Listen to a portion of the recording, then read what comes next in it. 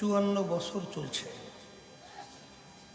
53 বছর স্বাধীনতার পরে যারা দেশ পরিচালনা করেছে, এদের মাধ্যমে আমরা দেশবাসী মানুষ কি পেয়েছি এটা আমাদের জানা।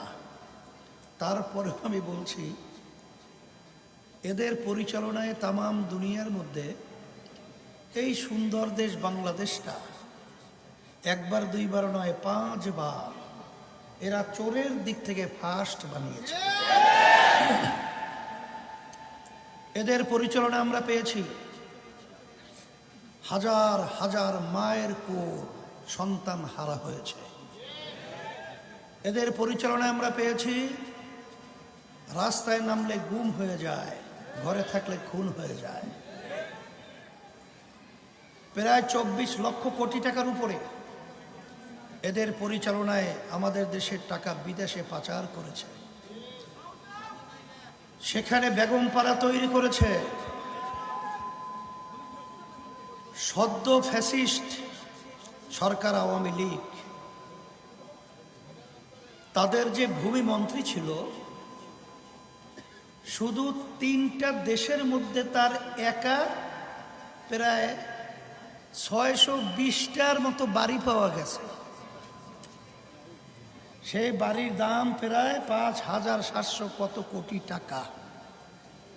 এই টাকা কি তার বাপের কামাইয়ের টাকা, না আপনার আমার কষ্ট অর্জিত সম্পদ চেয়ারে বসে ক্ষমতা এখান থেকে বিদেশে পাচার করেছে?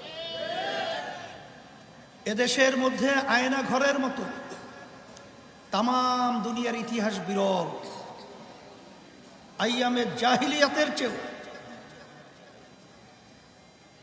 অসভ্য নির্যাতনের একটা চিত্র, তার নাম হলো আয়না ঘর। আমরা এদেশে এদের পরিচালনায় সেই মায়ের চিৎকার এখন আমাদের কানে ভাসছে। মা সন্তানকে হারিয়ে বলতেছিল, আজকে কয়েকদিন পর্যন্ত আমার সন্তান আমাকে মা বলে ডাক দেয় না।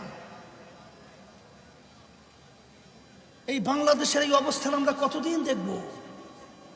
এই দেশে আমরা জন্মগ্রহণ করেছি, এদেশ আমার দেশ।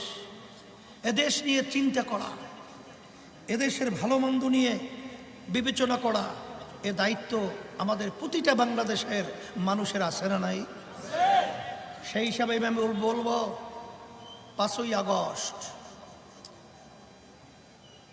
বাংলাদেশকে তৈরি করার, সুন্দর বাংলাদেশ